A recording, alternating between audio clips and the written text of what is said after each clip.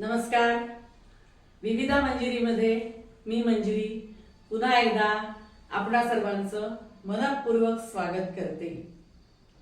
आपल्या विविधा मंजिरीचा जो एक मी साचा ठरवलेला आहे तुमच्या सगळ्यांसाठी, पालकांसाठी, शिक्षकांसाठी, त्यातलाच आज एक उपक्रमशील अध्यापक आज या ठिकाणी आपल्याला भेटायला आलेले आहेत. अध्यापिका, तर त्या ज्या अध्यापिका आहेत तर त्या हुतात्मा राजगुरू विद्यालयामध्ये, राजगुरू नगरचं, त्या ठिकाणी त्या सिनियर कॉलेजला लेक्चरर होत्या.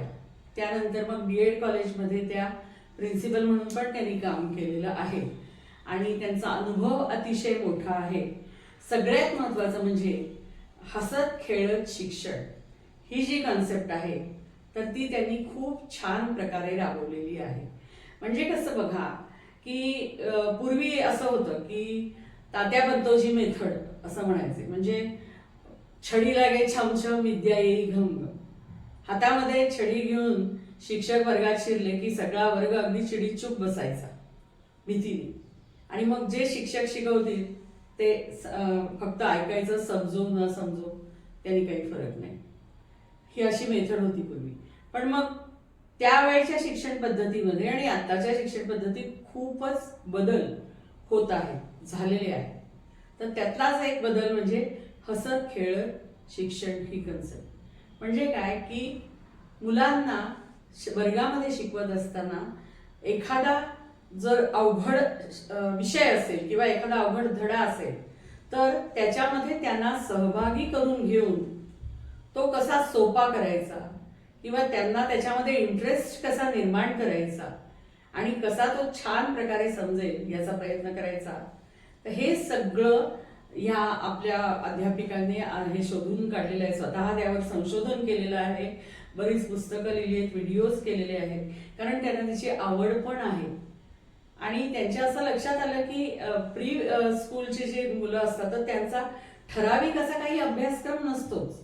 मग त्यांच्यासाठी पण त्यांनी अभ्यासक्रम तयार केला, त्यांच्यासाठी काही प्रयत्न त्यांनी केले, प्रत्येक विषयाचं त्यांनी असं केलं. त्यानंतर मग त्यांनी शिक्षकांसाठी काही असे सेमिनार्स, कार्यशाळा अशा घेतल्या, वर्कशॉप्स प्रत्येक शाळांमधनं, आणि त्या ठिकाणी त्यांनी शिक्षकांना शिकवलं की नेमकं काय करायला पाहिजे म्हणजे विद्यार्थ्यांना तुमच्या तासिकेमध्ये इंटरेस्ट निर्माण होईल. तर आज आपण त्यांच्याकडनंच हे सगळं खूप छान प्रकारे ऐकणार आहोत, पाहणार आहोत आणि समजावून घेणार आहोत. नमस्कार. नमस्कार.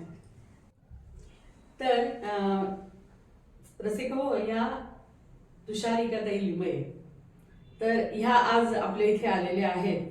वेगळा त्यांचा जो उपक्रम आहे, आता मी सांगितल्याप्रमाणे त्याविषयी आपल्याला जास्त माहिती सांगण्यासाठी. तर तुषारिकाताई, मी तुम्हाला एक असं विचारते की हसत खेळत शिक्षण ही जी कन्सेप्ट आहे तर याच्यावरच काहीतरी करावं, तर हे तुमच्या मनात कसं आलं? म्हणजे त्याची तुम्ही कुठून अशी तुम्हाला एकदम अशी जाणीव झाली की नाही हे काहीतरी केलं पाहिजे मुलांसाठी? काही वेळेला काय होतं, कारण आपणही लहानपणी ते म्हणजे अनुभवलेलं असतं तर आपल्या मनात ते असतं. असं काही होतं का, काही असं पाहिलं तुम्ही की ज्यामुळे तुम्हाला असं वाटलं करावं? मंजिरीताई, तुम्ही खूप छान प्रश्न मला विचारलेला आहे. मला अगदी आवडेल ह्याचं उत्तर द्यायला. जेव्हा आपण शिकवतो तर ज्या मुलांना आपण शिकवतो तर त्यांच्या पातळीपर्यंत आपल्याला उतरता आलं पाहिजे. माझं कितीही जरी ज्ञान असलं तरी पोस्ट ग्रॅज्युएशनच्या विद्यार्थ्यांना शिकवताना एक तो वेगळा अनुभव असतो, त्याच्या वेगळ्या गरजा असतात, त्या वेगळ्या मेथड्स असतात. पण ज्या वेळेला आपण पूर्व प्राथमिक शाळेच्या मुलांना शिकवतो, साधारणपणे 3 ते 7 वर्षापर्यंतच्या मुलांना शिकवतो, तर ते शिकवणं एक काहीतरी वेगळंच असतं.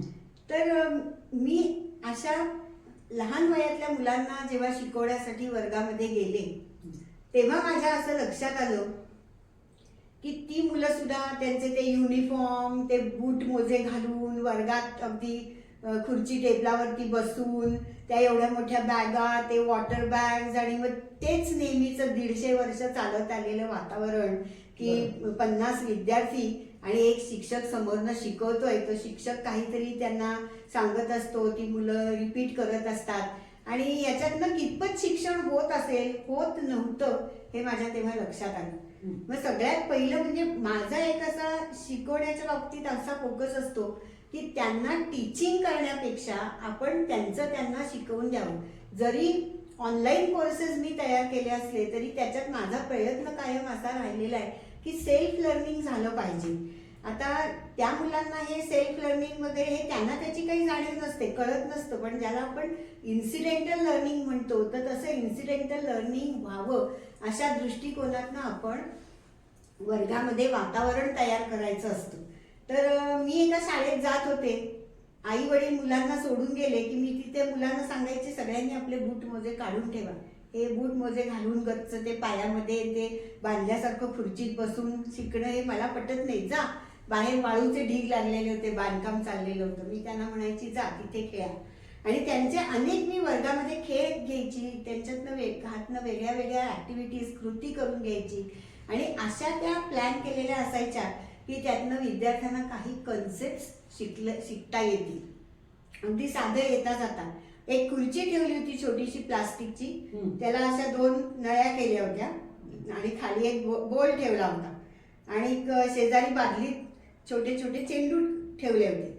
आता ती मुलं पॅसेज मधनं पण इकडे तिकडे ये जा करत असताना चेंडू उचलायची, कुठल्याही एका नळीतनं हात टाकायची. इथनं किती टाकले 2 टाकले, इथनं किती टाकले 4 टाकले, खालच्या बोलमध्ये किती जमा झाले. म्हणजे बेरीज ही जी कॉन्सेप्ट होती ही अशी येता जाता पॅसेजमध्ये खेळताना त्यांना मग ते इन्सिडेंटल लर्निंग तेव्हा व्हायचं. आणि मग त्याचं तुम्ही एक्सप्लेनेशन किंवा त्याच्यावर थोडीशी चर्चा वर्गामध्ये जर का घेतलीत नंतर तर त्यांना ते खूप छान कळतं. आणि हे सातत्याने जेव्हा होत राहतो, जेव्हा तुम्ही 2-2, 3-3 महिने त्यांना तसं करून देता आणि त्या व्यतिरिक्त अजून असंख्य आपण ऍक्टिव्हिटीज घेऊ शकतो की ज्याच्यातनं बेरीज हा कॉन्सेप्ट डेव्हलप होईल. कारण माझं कन्सेप्च्युअल लर्निंग वरती नेहमी जास्ती भर असतो. तर असं तुम्ही जर केलं तर नक्कीच ती मुलं चांगली शिकतात आणि त्यांना ऍडिशन हा कन्सेप्ट चांगल्या पद्धतीने छान, अगदीच बरोबर, छान, अगदी म्हणजे पटण्यासारखं आणि आवडण्यासारखं आहे आणि इंटरेस्टिंग आहे. करायला काहीच हरकत नाहीये हे असले प्रयोग करतही असतील शिक्षक तुमच्या शिकवण्यामुळे. दुसरं एक मला असं विचारायचं होतं मॅडम की तुम्ही म्हटलात की सेल्फ लर्निंग, तर सेल्फ लर्निंग करताना मग तुम्ही त्याच्यामध्ये विद्यार्थ्यांना सहभागी करून घेता, बरोबर आहे ना? की काही अशा कन्सेप्ट त्यांना क्लिअर व्हाव्यात म्हणून मग फळ्यावर लिहून काही असेल म्हणजे ग्रामर असेल म्हणा किंवा भूगोलातला एखादा टॉपिक असेल तर ते तुम्ही नुसतं बोर्डवर लिहून त्यांना शिकवण्यापेक्षा मुलांना त्याच्यामध्ये सहभागी, की जसं आता मराठीचं असेल एखादा धडा तर त्याला नाट्य रूप देऊन असं सुद्धा करतात काही जण. तर तसं तुम्ही काही प्रयोग केलेत असं माझ्या ऐकण्यात आहे. तर त्याविषयी तुम्ही सांगाल पण आणि आम्हाला काहीतरी असं बघायला मिळालं तरी आवडेल आम्हाला. निश्चितच या प्रकारचे असंख्य प्रयोग मी वर्गावर्गातनं केलेले आहेत. प्राथमिक लेवलला केलेत, माध्यमिक लेवलला केलेत. आता सगळे काही आपल्याला इथे सांगणं शक्य नाही, पण थोडेसे मी सांगते. वेगळ्या वेगळ्या विषयांचे सांगण्याचा मी प्रयत्न करते. आता समजा भूगोल आहे, भूगोलामध्ये आपण अक्षांश रेखांश असं शिकवतो आणि कुठल्या तरी एका ठिकाणचं लोकेशन हे कसं आपण त्या अक्षांश रेखांश याच्यावरनं सांगू शकतो. तर याचा प्रयोग म्हणजे मी वर्गामध्ये काय करते की वर्गात फरशा असतात आणि त्या फरशांच्या अशा या रेषा उभ्या आडव्या असतातच. आधी अक्षांश रेखांश हे शब्द सुद्धा तोंडातनं काढायचे नाही, फक्त एक टिपका कुठेतरी फरशीवर जमिनीवर करायचा आणि मुलांना म्हणायचं आता हाच टिपका आहे, हेच कोणाला सांगायचं एक्सप्लेन करून की इथे काहीतरी वस्तू ठेवायची आणि तुम्ही तिथे नाही आहात, मग आपण काय करू शकतो याच्यासाठी. मग या रेषा ज्या आहेत याचा काही उपयोग करू शकतो का, त्यांना आधी विचार करून द्यायचा. त्यांच्याकडनं उत्तर आलं तर उत्तर, नाही तर मग छोटे छोटे छोटे छोटे क्ल्यूज देत राहायचं आणि त्याच्यातून त्यांना पुढे न्यायचं.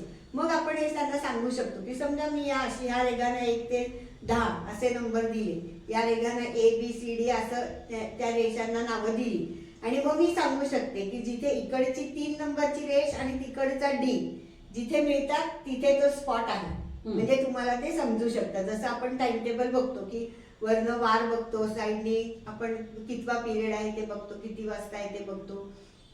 आणि मग असंच जर का या पृथ्वीच्या गोलावर कुठेतरी एखादं पुणे नावाचं ठिकाण आहे, मग त्याचं लोकेशन तुम्ही कसं सांगाल, तर त्याच्यासाठी खऱ्या रेघा नाही येतो आखलेल्या पृथ्वीवरती, परंतु काल्पनिक अशा या रेषा आहेत ज्याला आपण अक्षांश आणि रेखांश असं म्हणतो, आणि त्याच्या मदतीने अनेक गोष्टी करता येतात. त्यातली ही एक गोष्ट आहे की लोकेशन पण आपल्याला सांगता येतं. किंवा अशी कुठली गणितातली जरी एखादी कॉन्सेप्ट असली तरी सुद्धा ती सांगायची नाही आपण, की एखादा शिक्षक सांगतो की एखादा क्यूब असेल तर त्याला इतके साईड इतके अँगल असतात, तसं न सांगता एखादा क्यूब विद्यार्थ्यांच्या हातामध्ये द्यायचा आणि त्यांनाच म्हणायचं मोजा याला किती सरफेसेस आहेत, किती एजेस आहेत, किती अँगल्स आहेत असं. आणि नुसतं सेल्फ लर्निंग होऊन उपयोग नाही, त्याचं प्रत्यक्ष जीवनात ऍप्लिकेशन झालं पाहिजे. मग आता ॲक्यूट अँगल, ऑब्च्यूज अँगल असे प्रकार शिकवल्यानंतर विद्यार्थ्यांना बाहेर सोडून देते मी, आणि मग त्यांनी लिस्ट करायची की 10 अशी ठिकाणं की जिथे आम्ही राईट अँगल पाहिले, मग ते खिडक्या दारं असं सांगतात, किंवा अक्यूट अँगल्स पाहिले. तर छान मुलांचं इतकं ऑब्झर्वेशन असतं ना की झाडाच्या 2 फांद्या किंवा सायकलचे जे स्पोक्स असतात ते सगळे अक्यूट अँगल्स असतात, अशी विविध उत्तरं देतात. म्हणजे आपण जे शिकतोय त्याचा लाईफशी काहीतरी संबंध जोडणं हे महत्वाचं असतं. म्हणजे ते शिकतोय ते मिनिंगफुल आहे असं विद्यार्थ्यांना वाटतं. असे अनेक प्रयोग मी केलेले आहेत. एक आपण प्रत्यक्षच बघणार आहोत, तर तो आपण आता पुढे करूया. तर अशा या प्लेवे मेथड आणि ऍक्टिव्हिटी बेस्ड लर्निंग मध्ये विद्यार्थ्यांचं ऍक्टिव्ह पार्टिसिपेशन असलं की कसं ते त्याचा परिणामकारक होतं ते आपण या ऍक्टिव्हिटीतच बघूया. तर आता हे वाक्य आहे आपल्याकडे, the cat killed the rat. आता हे पॅसिव्ह करायचंय, बघूयात आपण काय होतं ते. आता हे वाक्य आपल्याकडे पॅसिव्ह तयार झालेलं आहे. The rat was killed by the cat. वा, खरंच किती सुंदर अनुभव आहे हा. हसत खेळत शिक्षण कशाला म्हणतात ते आज नव्याने कळलं. म्हणजे खरं सांगू का, शाळेत असताना ऍक्टिव्ह व्हॉइस आणि पॅसिव्ह व्हॉइस म्हणजे असं वाटायचं की ह्याच्यावर प्रश्न आला परीक्षेमध्ये तर आपलं काय होणार. परत शिक्षकांना काही विचारण्याची अशी हिंमत व्हायची नाही की मला कळलेलं नाही परत सांगा वगैरे. पण हे अशा तऱ्हेने ही मुलं शिकतात. खरोखरच आत्ताची पिढी ना या बाबतीत खूप भाग्यवान आहे असं मी म्हटलं तर ती अतिशयोक्ती ठरू नये. खूपच सुंदर रीतीने हे सगळं मुलांना समजू शकतं प्रत्येक विषयाचं. छान छान. बरं मॅडम, मला आता तुम्हाला असं विचारायचंय की तुम्ही शिक्षकांचं ट्रेनिंग घेता यावर, की सेल्फ लर्निंग किंवा वर्गातलं वातावरण छान ठेवणं, हसत खेळत शिकवणं यासाठी. तर मग शिक्षकांचा खूप छान प्रतिसाद मिळतो की कसं? कारण असंही म्हणत असतील की 45 मिनिटात हे सगळं कसं जमणार, असंही म्हणणारे काही शिक्षक असतील. मग कसा प्रतिसाद मिळतो तुम्हाला? अगदी बरोबर आहे तुमची शंका. पण अनुभव असा आहे की अगदी पुण्यातल्या खूप मोठ्या मोठ्या शाळांमध्ये किंवा इतर ठिकाणी महाराष्ट्रात, अगदी महाराष्ट्राच्या बाहेर सुद्धा काही शाळांमध्ये मी अशा प्रकारचं ट्रेनिंग दिलेलं आहे शिक्षकांना. आणि शिक्षकांचा प्रतिसाद म्हणाल तर तो खरंच खूप छान असतो की त्यांना एक नवीन काहीतरी पद्धतीने की ज्याचा आपण कधी विचारही केला नव्हता, कधी वापरही केला नव्हता, तर एक मार्ग त्यांना दिसतो. हे खरं. त्यांना जेव्हा ही शंका, पण मला खूप शिक्षक बोलून दाखवतात की इतका कमी वेळ असतो त्याच्यात आम्ही हे कसं ऍडजस्ट करणार. तर त्याच्यासाठी माझं एक वेगळं उत्तर आहे की आता ज्या प्रकारच्या या शाळा चालल्या आहेत की बेल झाली की भूगोल, 30 मिनिटं संपली की बेल झाली की गणित, म्हणजे इथून तिथे त्या विद्यार्थ्यांना ट्रान्सफर करणं, तर ही पद्धतीच माझ्या दृष्टिकोनातून चुकीची आहे. त्याच्यामुळे एक कन्सेप्ट पूर्ण त्यांना त्यांचं समाधान मुलांचं होईपर्यंत त्यांना तो शिकवत राहणं त्या दिवशी, आणि असं फ्लेक्झिबल टाइम टेबल ठेवणं, अशी एक माझ्या स्वप्नातली शाळा आहे. बघू कोणी जर का स्पॉन्सर केलं तर मला ती सुरू करायला नक्की आवडेल. कारण आताचे आई वडील सगळे IT च्या क्षेत्रामध्ये काम करतात. रात्री घरातनं 9ला गेले तरी येतील केव्हा याची शाश्वती नसते. तर पूर्ण वेळ सुद्धा मुलांची जबाबदारी घेऊन त्यांच्यावर संस्कार सुद्धा करण्याची सगळी जबाबदारी घेणारी जर शाळा आताची असेल तर ही काही काळाची गरज आहे. पण तरी सुद्धा जो काय आपल्याला वेळ मिळतो त्याच्यात कधी एक ऑफ पिरियडला शिक्षक जातात. मग मी त्यांना सांगते की त्या वेळेला तुम्ही तुमच्या विषयाच्या ऍक्टिव्हिटीज घेऊ शकता. तिथे करायचं म्हटलं ना, where there is a will there is a way असं म्हणतात. तर त्यांना करायचं असेल तर त्या नक्की करतात. पण तरी काही शिक्षक खरंच खूप उत्सुक असतात. म्हणजे मला नंतरही फोन येतात की हा कॉन्सेप्ट मला शिकवायचा आहे मॅडम, तर मी कसं शिकवू, काही आहे का ऍक्टिव्हिटी याच्यासाठी. आणि काही शिक्षक जरा थोडेसे पेसिमिस्टिक असतातही या बाबतीत. पण थोडंसं आपण मोटिवेट केलं हा. तर त्याच्यावर तोडगा निघू म्हणजे शकेल असं विद्यार्थ्यांना मला जसं वाटतं. मोटिवेट करावं लागतं तसं शिक्षकांना तर शिक्षकांनाही खूप लागतं. करावं लागतं, खूप करावं लागतं. बरोबर बरोबर अगदीच बरोबर आहे. पण तुमच्या स्वप्नातली शाळा नक्कीच ती प्रत्यक्षात उतरेल असं आपण एक आशा करायला, असं स्वप्न बघायला काही हरकत नाही. तुमच्या तोंडात साखर पडेल आणि असं काय समाजाचंच कल्याण होईल खरंच त्याच्यातून. खरंच अगदी बरोबर. रसिका हो, वनवासी कल्याण आश्रम नावाची एक संस्था आहे. संपूर्ण सगळ्या ठिकाणी ही संस्था काम करते वनवासी भागामध्ये राहणाऱ्या मुलांच्यासाठी. तर या अशा संस्थेचं काम मॅडम तुम्ही 2012 सालापासून करताय, बरोबर आहे ना? हो हो. तर मग त्या मुलांसाठी, वनवासी कल्याण आश्रमातल्या मुलांसाठी करताना आणि आपल्या शहरी मुलांसाठी काम करताना तुम्हाला बराच फरक जाणवला असणार, नक्की नक्की. किंवा काहीतरी वेगळं करावं लागलं असणार, काही वेगळे अनुभव तुमचे त्यातले असतात. हो. तर आम्हाला त्यातले 1-2 अनुभव ऐकायला नक्कीच आवडेल. हो, जो कधीही मी विसरणार नाही. इतक्या वर्षाचा शिकवण्याचा अनुभव असून सुद्धा किती गोष्टी शिक्षकांना माहीत नसतात किंवा त्याची जाणीवही कधी झालेली नसते. तर हे मला वनवासी क्षेत्रामध्ये एकदा एका वर्गात मी शिकवत असताना समजलं. 7वीच्या वर्गात मी गेले होते आणि मुलांना एक कविता शिकवत होते. व्हायोलेट असं काहीतरी त्या कवितेचं नाव होतं, फुलाबद्दल होती व्हायोलेटच्या. आणि त्यांना संपूर्ण कविता मी समजवली, मराठीमध्ये समजवली. आणि साधे साधे म्हटलं यांना प्रश्न विचारावे, तर मी नुसतं विचारलं what was the colour of the flower. तर कोणीच काही सांगेना. दिसत होतं चेहऱ्यावरनं सगळ्यांच्या की सगळ्यांनाच उत्तर माहितीये, मग सांगत का नाहीयेत. मग मराठीत म्हटलं प्रश्न विचारावा म्हणून मी मराठीत विचारलं फुलाचा रंग काय होता. पटकन सगळ्या मुलांनी एकदम सांगितलं की जांभळा रंग होता. मग बरोबर आहे, येते तुम्हाला उत्तर. मग आता कवितेतला तो कोणता शब्द आहे सांगा ना, जांभळ्या रंगासाठी कोणता शब्द आहे कवितेतला. पुन्हा सगळेजण गप्प. तेव्हा माझ्या असं लक्षात आलं की व्हायोलेट या शब्दाचा उच्चार त्यातल्या एकाही विद्यार्थ्यांनी आयुष्यात कधी मोठ्यांदा तोंडातनं काढून केलेला नव्हता. त्यामुळे ते सगळे घाबरत होते की इंग्लिश शब्द कसा आपण उच्चार करायचा. तेव्हा पहिल्यांदा मला, मी खरी भाषेची शिक्षिका, पहिल्यांदा मला जाणीव झाली की नवीन भाषा शिकत असताना ती बोलण्याची संधी आपण विद्यार्थ्यांना देतच नाही. आणि वनवासी क्षेत्रातल्या मुलांना तर अजिबातच अशी संधी कुठे मिळत नाही. ऐकायला सुद्धा लिमिटेड इंग्रजी त्यांच्या कानावर पडतं, बोलायची तर संधीच मिळत नाही. मग मी सगळं शिकवणं थांबवलं. पहिलं म्हटलं मी जे आता ही कविता वाचते एक एक ओळ आणि माझ्या मागणं तुम्ही म्हणा. आणि ते जे काय म्हणाले असतील तेव्हा पहिल्यांदा त्यांनी त्या कवितेतल्या शब्दांचे वेगळे वेगळे उच्चार केले. इतकी ही मुलं एकतर आधी बुजरी असतात, त्यांना एक्सपोजर सगळ्याच कमी असतं. अगदी कम्प्युटरवरती एक कविता कुठल्या तरी बालभारतीच्या पुस्तकामध्ये आहे, पण त्यांनी कम्प्युटर्सच पाहिलेले नसतात. त्यामुळे त्यांना ती कविता अनेकदा मिनिंगलेस वाटते हे माझ्या लक्षात आलं. त्यांना तुम्ही शेतीबद्दल काहीतरी एखादी झाडाफुलांबद्दल कविता, सूर्यचंद्राबद्दल कविता शिकवली तर ती त्यांना समजते. पण कुठलं तरी एखाद्या अर्बन लाईफशी रिलेटेड असं जर का काही असेल तर ते त्या विद्यार्थ्यांना समजतच नाही. तर हा एक खूप मोठा फरक आहे शहरातल्या मेट्रो सिटीज मधल्या विद्यार्थ्यांना शिकवणं आणि आदिवासी भागातल्या मुलांना शिकवणं याच्यामध्ये. तर मलाही खूप काही शिकायला मिळालं त्याच्यातनं. खरंच आहे ना. बघा ना मंडळी, की आपण इथे आपल्या मुलांना किती कम्फर्ट देण्याचा प्रयत्न करतो. त्यांचा अभ्यास, त्यांचं खाणं पिणं, त्यांच्या इतर ऍक्टिव्हिटीज, ह्या सगळ्यांकडे आपण पूर्ण लक्ष देतो आणि स्वतःला आपण सुजाण पालक म्हणतो. पण मला एक सांगा की ही जी मुलं आहेत वनवासामध्ये राहणारी, तर ही अशा ठिकाणी राहून की त्यांना धड अंगावर त्यांच्या कपडा नसतो, त्यांना खायला व्यवस्थित मिळत नाही, त्यांची घरं व्यवस्थित नसतात, घरात कोणी शिकलेलं नसतं, वातावरण तसं नसतं, तरीही त्यांची शिकण्याची आस असते.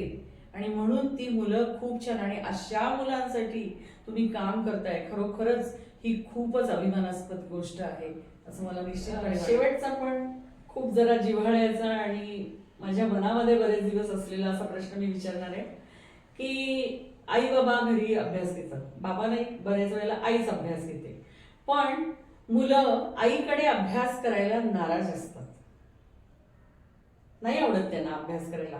अभ्यासाला बसायचं म्हटलं की कारण सांगतात 17, नाहीतर मग दोघांची अगदी झगडाझगडी होते, आईची आणि मुलाची. आत्ता बस नाही, आत्ता माझा मूड नाही, नंतर करू. हे सगळं मुलं का करतात, तर आई त्यांना रिस्ट्रिक्शन्स घालते तिथे समोर बसून.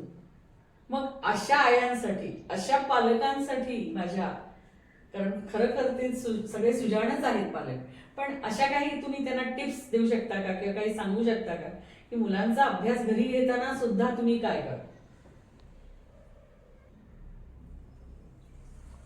ह्या प्रश्नाचं उत्तर द्यायला थोडासा वेळ लागेल, पण मगाशी जे तुम्ही म्हणालात ते अत्यंत बरोबर आहे की आपण ह्या मुलांसाठी इतकं करत असतो आणि त्या आई वडिलांना इतकं कन्सर्न असतो की त्यांचं भविष्य पुढे घडवायचं असतं, त्यामुळे त्यांना कदाचित त्याचा थोडासा पालकांना स्ट्रेस येत असेल, तर त्यांच्यासाठी काय सांगावं? तर त्याच्यासाठी मी एक छोटीशी गोष्ट सांगू इच्छिते. गोष्ट माझी नाहीये, गोष्ट रवींद्रनाथ टागोरांची आहे. एका पोपटाची गोष्ट आहे. एकदा एका राजाच्या महालाच्या खिडकीमध्ये एक पोपट कायम येऊन बसायचा आणि तो राजा जे जे काय बोलेल तो एकदम छान बोलायचा. तर राजाला वाटलं, अरे हा पोपट हुशार आहे, आपण याला पंडित करूया. मग लगेच त्यांनी त्याच्या लोकांना आज्ञा केली आणि सोन्याचा पिंजरा तयार केला, त्याच्यात एक छान झोपाळा बसवला, काय काय खायला छान छान वस्तू त्या पोपटाला आवडतील अशा ठेवल्या आणि त्या पोपटाला त्या पिंजऱ्यामध्ये बंद करून ठेवलं आणि पंडित नेमले त्याला शिकवण्यासाठी. आधी पोपटाला खूप मजा वाटायची की अरे केवढं आपल्याकडे लक्ष दिलं जातंय, सगळे आपल्या भोवती नाचतायत.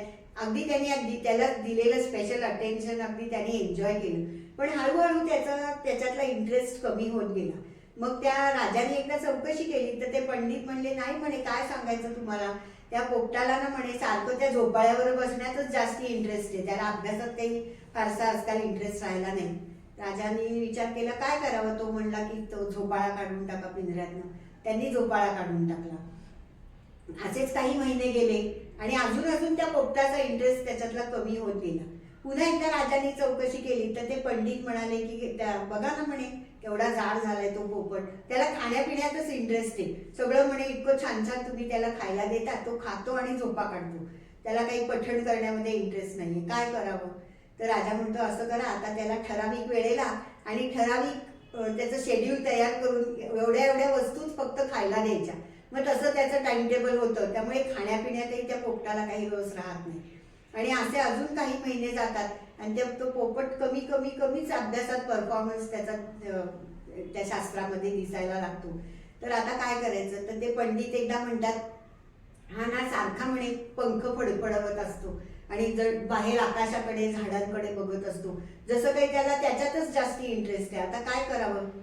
आता राजा खूप विचार करतो, पण एक अतिशय क्रूर असा निर्णय घेतो. तो म्हणतो त्याचे पंखच कापून टाका. आणि मग त्या पोपटाचे पंख पण कापून टाकतात आणि त्याने फक्त अभ्यास करावा आणि त्या पंडित काय शिकवतायत त्याच्याकडे लक्ष द्यावं, असा सगळ्यांचा हेतू असतो. काही दिवसांनी तो पोपट खाणं पिणं पण सोडून देतो आणि एके दिवशी तो मरून जातो. कारण काय?